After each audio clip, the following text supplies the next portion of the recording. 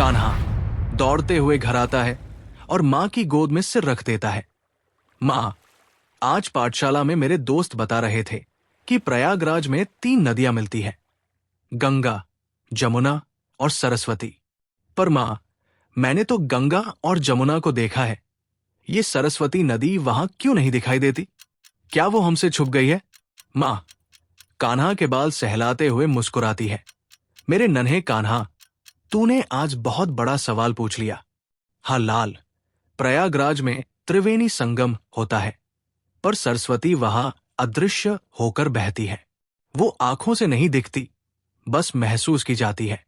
कान्हा हैरानी से, अदृश्य? पर क्यों मां? क्या वो हमसे नाराज है? मां, नाराज नहीं बेटा, उन्हें एक बार बहुत भारी श्राप मिला था। बैठ, मैं तुझे इसकी कहानी सुनाती हूं। बहुत पुरानी बात है। एक बार महर्षि विश्वामित्र और ऋषि वशिष्ठ के बीच भारी विवाद हो गया। दोनों बहुत शक्तिशाली थे।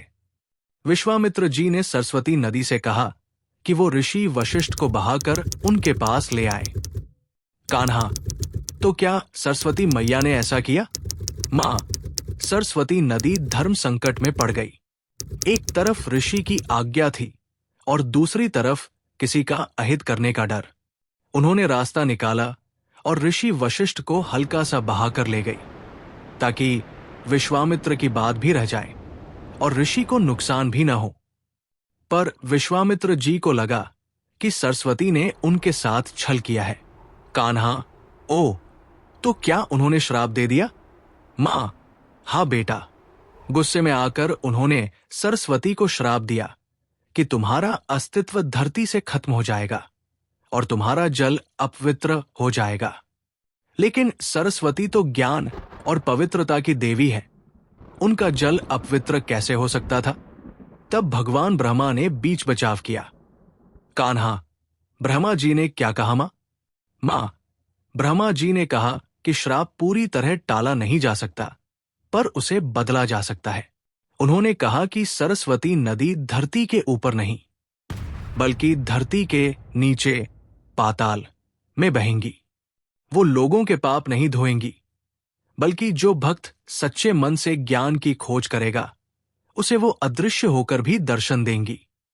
इसीलिए प्रयागराज में वो गंगा और जमुना से मिलती तो है, पर गुप्त रहकर। कान्हा सोचते हुए, इसका मतलब मां, वो अभी भी वही हैं, बस हमें उन्हें देखने के लिए श्रद्धा की आंखें चाहिए। मां, बिल्कुल सही पकड़ा मेरे कान्हा। सरस्वती ज्ञान की प्रतीक है और ज्ञान कभी मरता नहीं, वो बस गहरा हो जाता है। जैसे वो नदी छुप गई है, वैसे ही सच्चा ज्ञान भी बहुत गहराई में मिलता है। कान्हा, वाह मां, अब मैं कल जाकर अपने दोस्तों को भी ये बताऊंगा कि सरस्वती मैया गायब नहीं हुई है, वो तो बस हम सबकी रक्षा के लिए जमीन के नीचे बह रही है। सुमित, कहानी खत्म करते हुए, तो दोस्तों, कैसी लगी आपको मां और कान्हा की ये मीठी सी बातचीत? सरस्वती नदी का गायब होना सिर्फ एक भौगोलिक घटना नहीं, बल्कि हमारे पुराणों की एक गहरी सीख है। लेकिन मां, एक और बात, ये तीनों नदियां एक ही जगह पर क्यों मिलती हैं? गंगा और जमुना तो अपनी राह अलग भी रख सकती थी, फिर प्रयागराज में ही आकर गले क्यों मिलती हैं?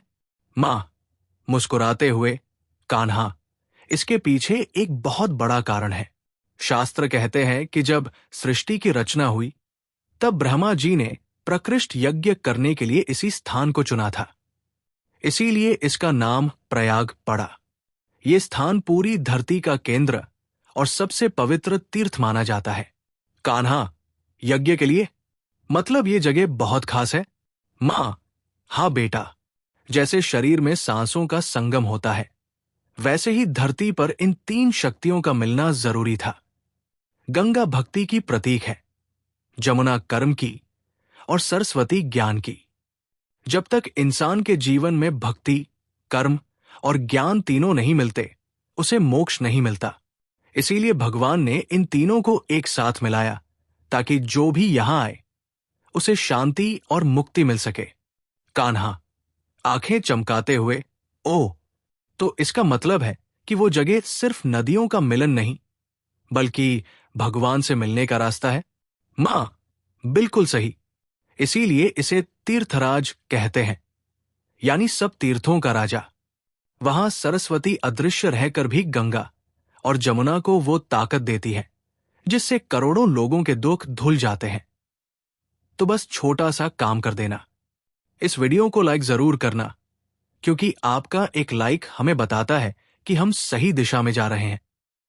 और हां, ये कहानी सिर्फ अपने तक मत रखना, इसे अपने परिवार और दोस्तों के साथ शेयर करना, ताकि हमारी संस्कृति के ये अल्फाज हर घर तक पहुंच सके।